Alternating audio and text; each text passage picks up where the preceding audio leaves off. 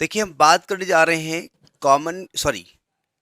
Catenary of uniform strength की हम बात कर रहे थे। उसके अलग अलग फॉर्मेट के क्वेश्चंस की बात करने जा रहे हैं, अलग अलग डिफरेंट फॉर्म की क्वेश्चन की बात करने जा रहे हैं। उनमें से पहला है Cartesian equation of catenary of uniform strength. ध्यान रखिएगा, Cartesian equation of common catenary हम नहीं बोल रहे हैं, कार्टेशियन इक्वेशन ऑफ कैटनरी बोल रहे हैं। ठीक है, तो हमने इसके पहले वीडियो में आपने देखा होगा, तभी आप पहुंचे होंगे, उसमें हमने कैटनरी ऑफ यूनिफॉर्म स्ट्रेंथ का इक्विलिब्रियम इक्वेशन निकाला था। वहीं से इस बात को हम उठाएंगे। ठीक है, तो आप लिखेंगे, देखिए, we know that the equation of equilibrium of catenary of uniform strength, इसकी इक्वेशन ऑफ इक्विलिब्रियम प्रूव कराई गई थी।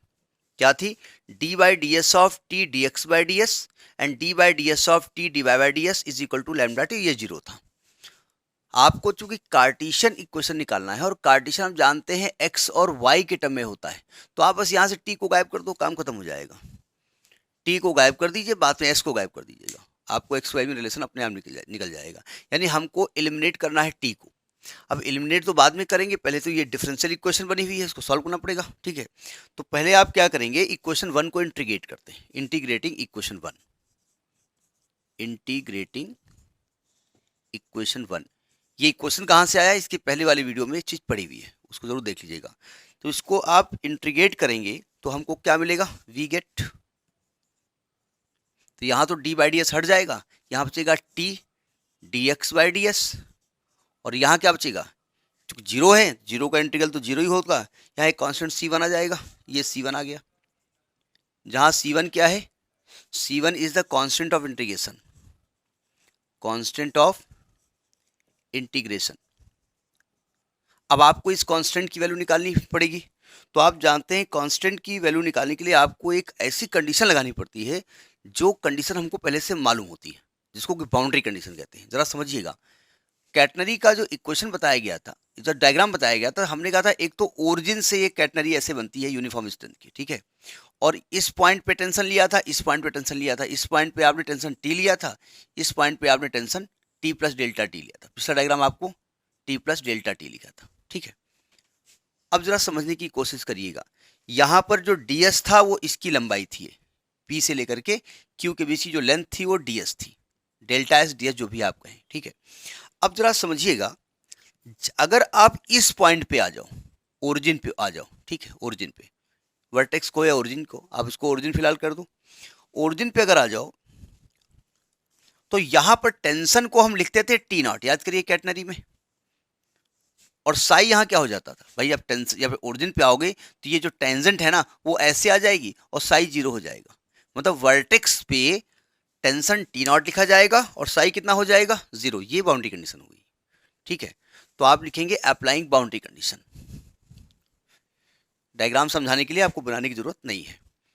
Applying boundary condition, boundary condition भी कहते हैं, इनिशियल कंडीशन भी कहते हैं। कंडीशन क्या लिखेंगे, एट वर्टेक्स टी को लिखा जाएगा टी नॉट और साई को लिखा जाएगा जीरो। तो बाई इक्वेशन वन जरा देखते हैं इसकी वैल्यू क्या मिलेगी। तो बाई इक्वेशन थ्री, यहां से C1 निकाला है ना, by equation three, equation three में साई है नहीं, अब साई है नहीं तो हम क्या करें, जो है उसको हम लिखेंगे। इक्वेशन इसमें क्या दिखा जाए, साई दिख रहा है आपको यहाँ पे कहीं, नहीं दिख रहा है ना। देखो, आपको एक साई ट्रायंगल बताया गया था, इसके पहले वाले वीडियो में बताया हमने, ये एंगल साई होता है, ये dx होता है, ये dy होता है, ये ds होता है। तो इक्वेशन थ्री में ये t लिखा हुआ है और dx बाई ds क्या लिखा है, dx बाई ds लिखा है कॉस साई, और ये लिखा है आपका C1। तो t की वैल्यू t नॉट हो गई और कॉस साई जीरो यानी कि वन हो गई, साई जीरो लिखा है ना आपने, तो इज इक्वल टू C1। तो C1 की वैल्यू क्या आ गई, t नॉट। अब इस C1 को उठाओ और इक्वेशन नंबर थ्री में रख दो, रखते हैं। पुटिंग C1, यहाँ जानबूझ के हम रब नहीं कर रहे हैं, यहाँ यूज करना पड़ेगा हमको। Putting C1 in equation three, तो यहाँ क्या आ जाएगा, टी नॉट, ठीक है, टी नॉट हो गया, और ये कॉस साई यानी कि सॉरी C1 की वैल्यू रखिए ना, C1 की वैल्यू टी नॉट आई है, तो t into dx by ds is equal to t naught. तो ये आपकी वैल्यू आ गई जाकर के, ठीक है। तो यहां से t की वैल्यू क्या निकलेगी, t की वैल्यू निकलेगी आपकी यहां से, t को ही लिमिट करना है ना, T not ds by dx। इस t की वैल्यू उठाकर क्वेश्चन नंबर 2 में रख दो। Putting this t in question number 2, रखिए, पुटिंग t इन क्वेश्चन नंबर 2, रखो यहां पर। तो ये यहां क्या मिलेगा, वी गेट, ये लैंग्वेज इसलिए लिख रहे हैं कि आप भी थोड़ी बहुत लिखना सीख जाएं। तो यहाँ क्या हो जाएगा, d by d s of, t को आपने क्या लिखा, t naught d s by d x into d y by d s is equal to lambda, t की वैल्यू क्या है, t naught d s by d x. इसको सबको rub कर देते हैं।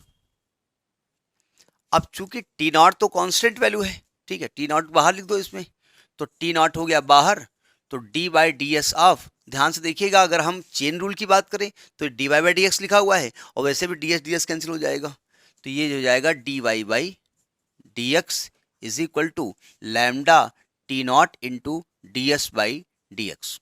टी नॉट भी कैंसिल हो गया, तो आ गया d by d s of d y by d x is equal to lambda d s by d x. जरा सावधान, चूंकि हमको x और y के रेस्पेक्ट में के बीच में रिलेशन निकालना है, तो आपको कहीं ना कहीं से इस ds को भी गायब करना पड़ेगा। जरा समझने की कोशिश करिए, क्योंकि ये भाई साहब x के फंक्शन है और इसको डिफ्रेंशिएट s के रेस्पेक्ट में कर रहे हो, जबकि ये होना चाहिए x के रेस्पेक्ट में। तो इसको हम लिखेंगे चेन रूल से d by d x of d y by d x into d x by d s लिख सकते हैं हम, और बराबर lambda d s by d x. तो ये क्या लिखा है, ये लिखा है d two y by d x square.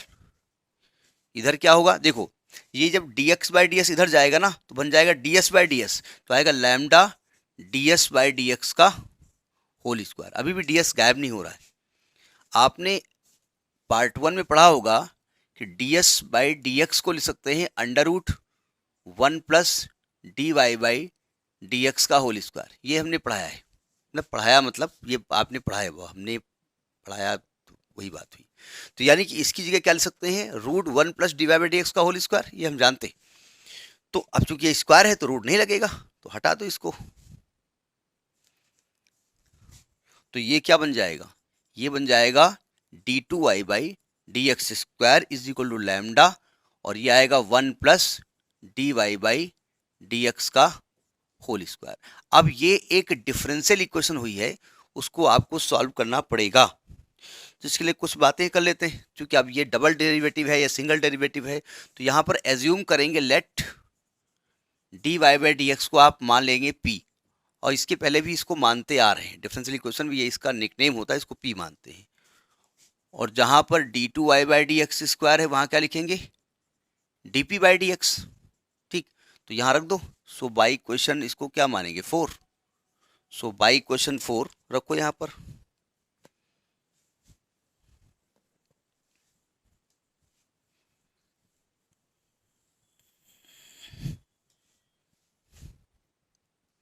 So by question 4 we get, ये क्या बन जाएगा, ये बन जाएगा d p by d x is equal to lambda 1 plus p square. आपको याद होगा ये differential equation variable are separable की फॉर्मेट की बन गई। 1 प्लस पी स्क्वायर को पी के पास लिख दो और लैम्डा डी एक्स कर दो, और इसको दोनों तरफ इंटीग्रेट कर दो। कुछ पहचान में आ रहा है, ये आपका tan इनवर्स पी हो गया, और ये आपका लैम्डा एक्स हो गया, और एक कांस्टेंट आ गया C2। अब C2 का लफड़ा आ गया, C2 को भी आपको निकालना पड़ेगा। इसको इक्वेशन नंबर डाल दो 5।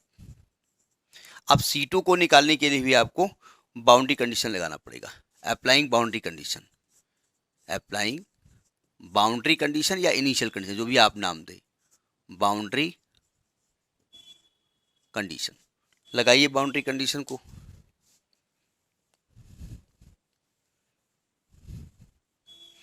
देखिए, बाउंड्री कंडीशन हमने क्या भी बताया। आप वर्टेक्स पे आइए, एट वर्टेक्स ओ, यहाँ पर अब चूंकि हम डायग्राम नहीं बना रहे हैं इसलिए ओ नहीं लिख रहे हैं। वर्टेक्स पे क्या होता है, x की वैल्यू 0 होगी और dy बाई डी एक्स, जिसको कि आप टेन साई कहते थे, उसकी वैल्यू भी 0 होगी, क्योंकि साई का मान यहाँ पर 0 होता है। ठीक है, तो इक्वेशन नंबर 5 में रखिएगा C2 का मान क्या होगा बाई इक्वेशन 5, बाई इक्वेशन 5। याद करिए बाउंड्री कंडीशन यही है ना आपका, ये कैटनरी थी यूनिफॉर्म डिस्टेंस की, और जब यहाँ पे आएंगे तो यहाँ पे ये टेंजेंट हो जाएगी, तो साई यहाँ 0 हो जाएगा ना। और चूंकि ये ओरिजिन है तो x का मान ऑलरेडी यहाँ 0 है, ओरिजिन पे x बाई 0 होता है। तो इक्वेशन 1 में रखो, तो tan इनवर्स dr/dx, जिसको p कहते हैं, 0 है, और लैम्डा x 0 है, प्लस C2, तो C2 का मान 0 हो गया। तो C2 की वैल्यू उठा के क्वेश्चन नंबर 5 में कर दो, तो बाई क्वेश्चन 5 C2 0 करो, तो ये क्या बन जाएगा, ये बन जाएगा tan inverse p is equal to lambda x. अच्छा, इनवर्स को अगर हटा दें हम tan इनवर्स को, तो ये बन जाएगा p बराबर tan लैम्डा एक्स, है ना। अब एक और इक्वेशन बनी आपकी, तो ये p का मतलब क्या होता है, p का मतलब होता है dy बाई डी एक्स, अभी हम मान चुके हैं। तो p हो जाएगा आपका dy बाई डी एक्स बराबर, ये हम मान के चल रहे हैं कि आपकी कोई चीज़ आती है, इसलिए बहुत जल्दी बता रहे हैं। तो जब यहाँ से dy को इधर ले जाओगे, tan lambda x D x, और फिर आप वेरिएबल सेपरेबल से इसको इंटीग्रेट करोगे, तो ये y हो जाएगा। और आपने tan x का इंटीग्रल पढ़ा है, integral of tan x dx log sec x या माइनस log cos x, तो ये log sec x हो जाएगा, मतलब log sec लैम्डा x, और लैम्डा के लिए 1 लैम्डा बाहर हो जाएगा, और प्लस यहाँ पर एक कांस्टेंट आएगा C3, फिर आ गया एक कांस्टेंट। अब C3 को निकालने के लिए कोई कंडीशन अप्लाई करिए, फिर अप्लाइंग बाउंड्री कंडीशन, इसको क्वेश्चन नंबर 6 डाल दो। Applying boundary condition, applying boundary condition क्या होता है, बाउंड्री कंडीशन बोले तो ये वाली कंडीशन, एट वर्टेक्स, राइटिंग थोड़ा गंदी है, समझ जाइएगा। वर्टेक्स पे क्या है, x का मान भी 0 है और y का मान भी 0 है, तो आप कहेंगे साई का मान भी 0 है, साई का इस्तेमाल ही यहाँ पर नहीं है, जो है उसको लिखेंगे। तो बाई क्वेश्चन 6 जब रखेंगे, x का मान 0 करेंगे और x y का मान 0 करेंगे, तो sec 0 1 होगा, log 1 की वैल्यू 0 होती है, और y का मान 0, तो 0 is equal to 0 plus C3, तो C3 की वैल्यू कितनी आ गई, 0। तो इक्वेशन 6 में C3 की वैल्यू रख देते हैं, तो putting C3 in equation number 6, putting C3 is equal to 0 in equation 6, we get, क्या हमको मिलेगा, y is equal to 1 lambda log sec lambda x, तो ये हो गया। अब यहाँ पर लैम्डा को 1/a मान लिया गया है, ठीक है, here lambda is equal to 1/a, ये एज्यूम किया गया है, तो ये हो जाएगा y is equal to a sec a log sec x/a, ये आपका इक्वेशन हो गया, Cartesian equation of catenary of uniform strength. ठीक है, आगे जो भी इसके फॉर्मेट बताए जाएंगे उसमें इसका इस्तेमाल किया जाएगा, कार्टेशियन का इस्तेमाल किया जाएगा, और फॉर्मेट बताए जाएंगे। समझ में आ गया होगा, ठीक है, नहीं बहुत जल्दी हमने बताया क्योंकि डिफरेंशियल इक्वेशन सॉल्व करना आपको आता है। इसमें इतना ही, नेक्स्ट वीडियो, थैंक यू।